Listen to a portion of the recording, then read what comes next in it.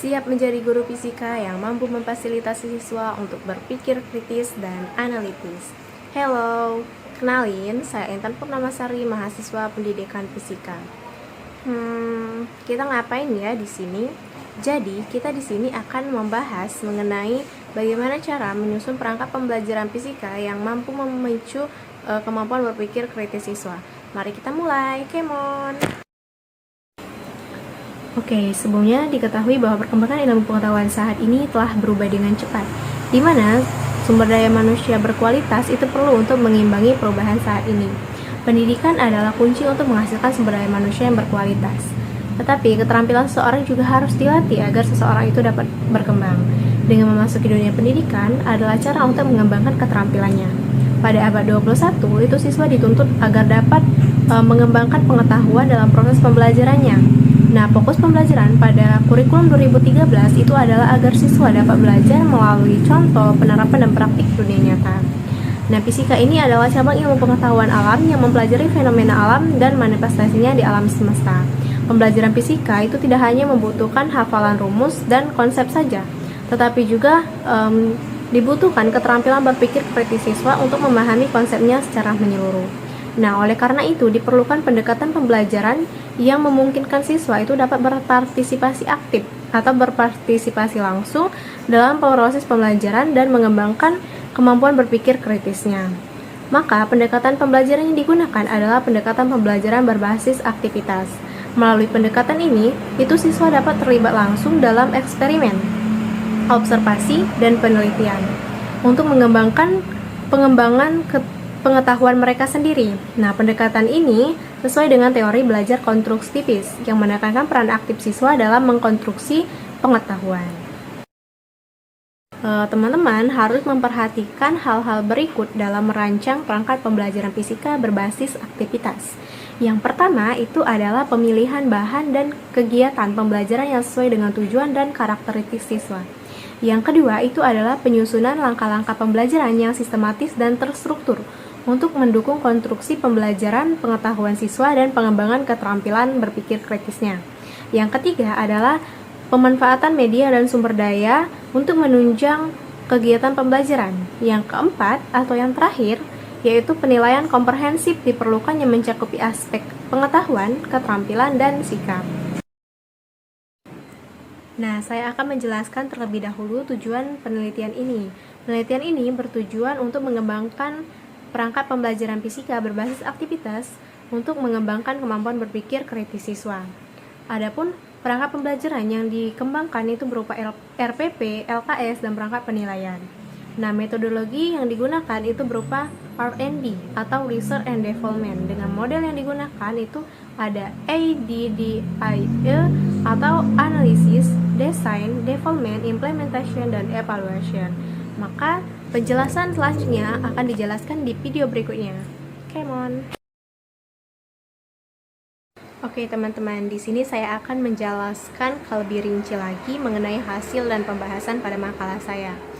Nah, dari model yang saya gunakan tadi, saya menggunakan model ADDIE atau Analysis, Design, Development, Implementation, dan Evaluation. Dan dimana dari hasil analisis saya mendapatkan analisis kebutuhan guru, analisis kebutuhan siswa, dan analisis kurikulum. Nah, dari hasil analisis kebutuhan guru, itu guru memerlukan perangkat pembelajaran yang memungkinkan siswa itu dapat berpartisipasi aktif dalam proses pembelajaran fisika. Nah, guru ingin menggunakan perangkat pembelajaran yang dapat mendorong pemikiran kritis, pemecahan masalah, dan pemecahan konseptual pada siswanya. Nah, dari hasil analisis kebutuhan siswa, ini siswa menunjukkan bahwa siswa membutuhkan perangkat pembelajaran fisika yang lebih menarik, interaktif, dan mencakup kegiatan praktik langsung untuk meningkatkan semangat dan partisipasi dalam proses pembelajaran. Siswa juga memerlukan alat pembelajaran untuk membantu memvisualisasikan konsep fisika abstrak. Nah, selanjutnya itu adalah analisis kurikulum. Dari hasil analisis kurikulum ini dilakukan untuk mengetahui isi perangkat pembelajaran yang dikembangkan.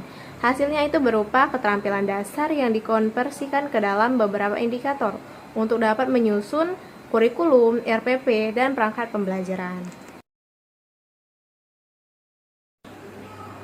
Nah, selanjutnya itu adalah hasil desain atau tahap perencanaan.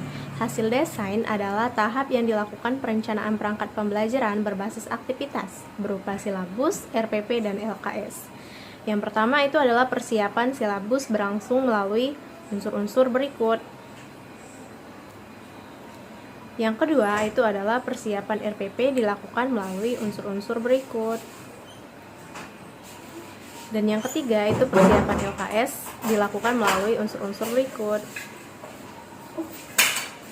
Perangkat pembelajaran yang dikembangkan itu berupa RPP, LKS, media pembelajaran interaktif, dan panduan guru.